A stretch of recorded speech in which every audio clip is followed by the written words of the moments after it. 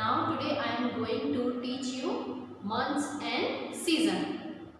हम पहले भी हमारा कैलेंडर जो पार्ट था उसके अंदर हम जो है मौसम और जो महीनों के नाम हम सीख चुके हैं। ठीक है, तो एक बार फिर से हम जो है मंथ्स नेम एंड सीजन सीखेंगे। तो मंथ्स को क्या बोलते हैं? महीने। और एक साल में हम हमारा कैलेंडर जो पार्ट में है उसमें हम सीख चुके कि महीनों के नाम कितने होते हैं, और महीनों में जो है 12 महीने होते हैं, एक वर्ष में 12 महीने होते हैं। तो ये आपको बहुत ही महत्वपूर्ण बात है, ये आपको ध्यान में रखना है कि एक वर्ष में यानी कि 1 ईयर में 12 महीने होते हैं, 12 मंथ्स होते हैं। और इन 12 महीनों के नाम भी आपको अच्छे से बोलना और लिखना आना चाहिए। तो उस पार्ट में, हमारा कैलेंडर पार्ट में 12 महीनों के नाम भी थे। ठीक है, तो उन नाम को मैं एक बार फिर से दोहराऊंगी और साथ में वे नाम क्या कहलाते हैं उससे बताऊंगी। और उसके अलावा जो है हिंदी में भी 12 महीनों के नाम मैं आपको बताऊंगी, जिसे विक्रमी संवत में कहते हैं। ठीक है, तो आइए हम ध्यान से देखते हैं मंथ्स एंड सीजन्स। तो सीजन्स यानी कि मौसम, कितनी ऋतुएं होती है ना, सीजन्स। तो हम पाठ में पढ़ चुके हैं, हमारा कैलेंडर पाठ में, कि 3 ऋतुएं होती हैं, है ना। लेकिन हम यहाँ 3 ऋतु के अलावा कुछ और ऋतु भी होती है जिसकी जानकारी मैं आपको दूंगी। तो आइए देखते हैं। हमारे देश में 12 महीने अलग अलग नामों से जाने जाते हैं। तो एक वर्ष में 12 महीने होते हैं और 12 के 12 महीने जो है अलग अलग नाम से जाने जाते हैं। ठीक है, ये विक्रमी संवत और ईस्वी नाम से प्रसिद्ध है। तो ये 12 महीने जो होते हैं वे किस नाम से प्रसिद्ध है? हिंदी में विक्रमी संवत और ईस्वी नाम से प्रसिद्ध है। तो विक्रमी संवत और ईस्वी संवत किसे कहते हैं? अब ध्यान से सुनिए आप।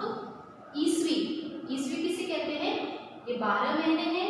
जब जनवरी, फरवरी, मार्च इस तरह से बोलते हैं तो उसे ईस्वी कहलाते हैं ये महीने।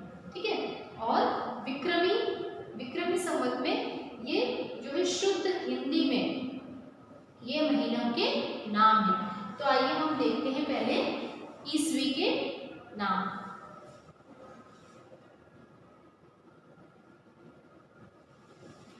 हैं ईस्वी में जनवरी, फरवरी, मार्च, अप्रैल, मई, जून, जुलाई, अगस्त,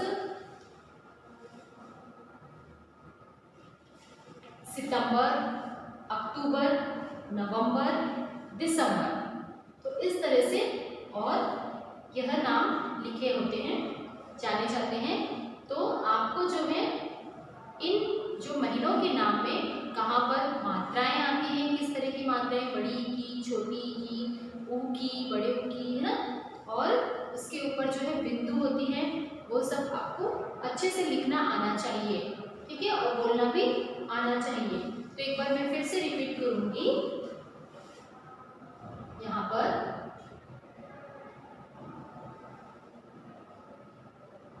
तो ईस्वी में है जनवरी, ठीक है, जनवरी में र में जो है बड़ी की मात्रा है, बड़ी जो पीछे लगती है वो बड़ी की मात्रा, जनवरी, जिसे इंग्लिश में हम जनवरी भी बोलते हैं। ठीक है, जनवरी हिंदी में और इंग्लिश में क्या बोलते हैं? जनवरी। फरवरी तो इंग्लिश में हम क्या बोलते हैं? फेब्रुअरी।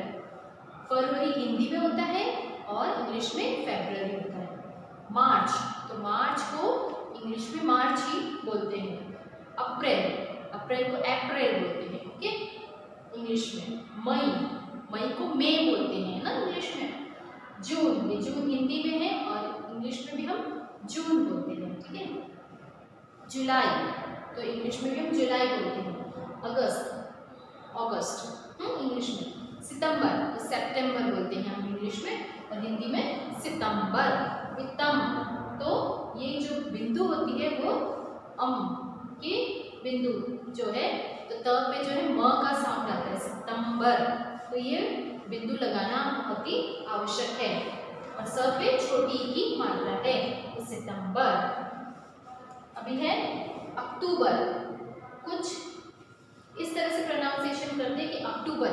अक्टूबर तो इंग्लिश में बोलते हैं, हिंदी में क्या बोलते हैं? अक्टूबर। ठीक है, आधा क तू बर, अक्टूबर। फिर है नेक्स्ट नवंबर।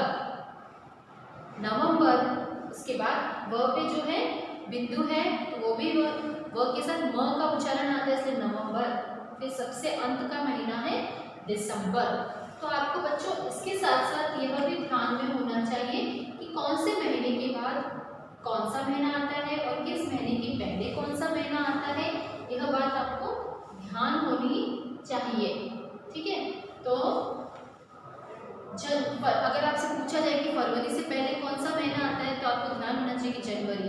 फरवरी के बाद कौन सा महीना आता है तो ध्यान होना चाहिए कि मार्च। ठीक है, इसका आफ्टर मंथ बिफोर मंथ भी आपको आना चाहिए। अभी है आपको, जैसे हमारा कैलेंडर पार्ट में मैंने सिखा चुकी हूँ कि जनवरी महीने में कितने दिन होते हैं, तो आपको ध्यान होना चाहिए जनवरी महीने में 31 दिन होते हैं। ठीक है, 31 दिन होते हैं। ठीक, और फरवरी में 28 दिन होते हैं, लेकिन हर तीसरे साल के बाद चौथे साल में जो है 29 दिन होते हैं। ठीक है, तो यह भी आपको मैं बता चुकी हूँ, एक बार फिर से मैं दोहरा रही हूँ कि फरवरी में वैसे 28 दिन होते हैं, लेकिन 3 साल के बाद यानी चौथे साल में जो है 29 दिन होते हैं, यानी 29 डेज होते हैं। मार्च में 30 दिन होते हैं। ठीक है, मार्च में कितने होते हैं? 31 होते हैं, और अप्रैल में मार्च में 31 दिन होते हैं और अप्रैल में 30 दिन होते हैं। 30 दिन होते हैं। फिर मई में 31 दिन होते हैं। जून में जो है 30 डेज होते हैं, यानी 30 दिन होते हैं। फिर वापस से जुलाई में 31 दिन होते हैं, अगस्त में भी 31 दिन होते हैं, सितंबर में 30 दिन होते हैं, और सितंबर महीने में क्या होते हैं? 30 दिन होते हैं। फिर अक्टूबर महीने में 31 दिन होते हैं, और नवंबर महीने में 30 दिन होते हैं। फिर दिसंबर महीने में 31 दिन होते हैं। तो यह बात आपको बहुत ही ध्यान में रखनी है। ठीक है, अभी हम आगे देखते हैं। ये तो हमने देखा था ईस्वी। ठीक है, तो ध्यान रखेंगे, आपको ध्यान रहेगा कि जनवरी फरवरी मार्च ये महीने होते हैं, उसको क्या बोलते हैं? ईस्वी। ठीक है, अभी विक्रमी संवत। विक्रमी संवत में ये महीनों के नाम हैं, लेकिन ये शुद्ध हिंदी में है विक्रमी संवत में। तो चैत्र, जिसे चैत्र भी बोल सकते हैं, ये ब्रैकेट में जो दिया होता है कोष्टक में, वो चैत्र का हम चैत्र भी लिख सकते हैं। चैत्र, वैशाख, वैशाख को बैसाख भी बोलते हैं। ठीक है, बैसाख। ज्येष्ठ, ज्येष्ठ को जेठ भी बोलते हैं। ठीक है, आषाढ़। फिर है श्रावण, श्रावण महीने को सावन महीना भी बोल सकते हैं। भाद्रपद, भाद्रपद को भादो भी बोलते हैं। आश्विन, आश्विन को असौज भी बोलते हैं। फिर कार्तिक, कार्तिक को कातक भी बोल सकते हैं। और मार्ग, मार्गशीर्ष, मार्गशीर्ष मतलब उसको अगहन भी हम बोल सकते हैं, इसलिए वो कोष्टक में दिए गए हैं। इनके 2 नाम हम बोल सकते हैं, या तो मार्गशीर्ष भी हो सकता है या फिर अगहन भी हम बोल सकते हैं। फिर है पौष। पौष, पौष को हम जो है पूस भी बोल सकते हैं और लिख सकते हैं, इसलिए कोष्टक में लिखा है। माघ, उसके बाद है सबसे लास्ट वाला फाल्गुन। ठीक है, जिसे हम फागुन भी बोल सकते हैं, फाल्गुन को फागुन भी बोल सकते हैं। तो हमने देखे, एक बार फिर से रिपीट करती हूँ मैं। विक्रमी संवत में चैत्र, वैशाख, ज्येष्ठ, तीसरे नंबर पे पहला है चैत्र, और इसका जो है ये नंबर वाइज है, जैसे कि जनवरी फरवरी मार्च हम इधर उधर नहीं कर सकते हैं। पहला महीना जनवरी है, दूसरा महीना फरवरी है, तो आपको ये ध्यान होना चाहिए कि पहला महीना कौन सा है, 5वां महीना कौन सा है। ठीक है, और 12वां महीना कौन सा है, दिसंबर होता है 12वां महीना, है ना। तो आपको ये बात ध्यान में रखनी। वैसे ही यह भी चैत्र पहला महीना है, वैशाख दूसरा महीना है, फिर तीसरा है ज्येष्ठ, चौथा है आषाढ़, पांचवा है श्रावण, छठवां है भाद्रपद, सातवां है आश्विन, आठवां है कार्तिक, नौवां है मार्गशीर्ष और 10वां है पौष, 11वां है माघ और 12वां यानी आखिरी महीना है फाल्गुन का महीना। ठीक है, तो यह हमने देखा विक्रमी संवत में जो हम महीनों के नाम लिखते हैं वो भी आपको आना चाहिए और ईस्वी के भी आपको आना चाहिए, जनवरी, फरवरी, मार्च। ठीक है, अभी हम आगे देखेंगे। तो ये तो हमारे हो गए थे महीनों के नाम। तो वो महीने कौन से नंबर पे आते हैं, चौथे नंबर पे आता है, चौथा महीने का नाम हमको ध्यान होना चाहिए। तो हमको ऐसा बोल के देखना, जनवरी, फरवरी, मार्च, माइंड में आपको ध्यान होना चाहिए। मार्च, अप्रैल, तो अप्रैल चौथा महीना है। ठीक है, तो आपको वो तारीख भी लिखना आ जाएगा कि किस तरह से दिनांक लिखते हैं। ठीक है, चौथा महीना और कौन सा सन चल रहा है 2021, तो उस तरह से लिखना आना चाहिए। ठीक है, अभी हम देखेंगे ऋतुएं। तो हमने हमारा कैलेंडर पाठ में 3 ऋतुएं सीखी थी, ग्रीष्म ऋतु, ठीक है, और वर्षा ऋतु, फिर शरद ऋतु। लेकिन यहाँ पर मैं आपको 6 ऋतुएं सिखाऊंगी। ठीक है, हमारे देश में 6 ऋतुएं आती हैं। ये हमें अलग अलग तरह से प्रभावित करती हैं। तो हमारे देश में कितने ऋतुएं हैं, कुल मिलाकर 6 ऋतुएं हैं और ये 6 की 6 ऋतु जो है हमें अलग अलग तरीके से प्रभावित करती हैं। इन ऋतुओं में अलग अलग तरह का मौसम होता है। जैसे पहला है ग्रीष्म ऋतु। अभी ग्रीष्म ऋतु में क्या होता है, ये गर्मी की ऋतु है, इसमें बहुत गर्मी पड़ती है। ठीक है, और ये साधारण तौर पर कब होती है, मई या अप्रैल, मई और जून के महीने में जो है ग्रीष्म ऋतु होती है। ठीक है, अप्रैल, मई और जून। ठीक है, अप्रैल, मई और जून की महीनों में यह ग्रीष्म ऋतु होती है। फिर है दूसरा है वर्षा ऋतु। तो वर्षा ऋतु होती है जुलाई, अगस्त और सितंबर। तो वर्षा ऋतु कब होती है, जुलाई, अगस्त और सितंबर महीने में। ठीक है, तो वर्षा ऋतु में क्या होता है, घने घने जो है काले बादल आ जाते हैं और वो काले बादलों से जो है उमड़ घुमड़ कर बादल आ जाते हैं आकाश में और गर्जना होती है बादलों की, बिजली भी चमकती है और बिजली कड़कती है। ठीक है, और फिर बादलों से वर्षा होती है और ये जुलाई, अगस्त और सितंबर महीने में ये वर्षा जारी रहती है।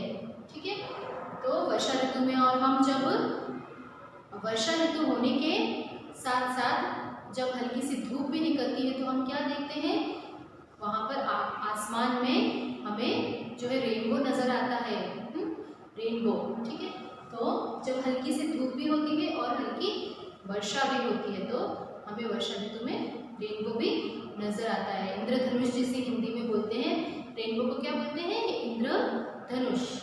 ठीक है, तो तीसरा है शरद ऋतु। शरद मतलब कि सर्दी की ऋतु, विंटर सीजन, शरद ऋतु। तो शरद ऋतु अभी चल रही है ना।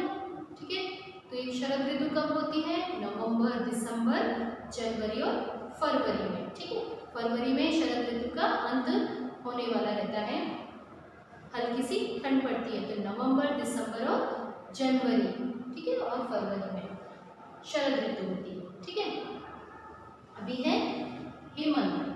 हेमंत ऋतु चौथा है, हेमंत ऋतु।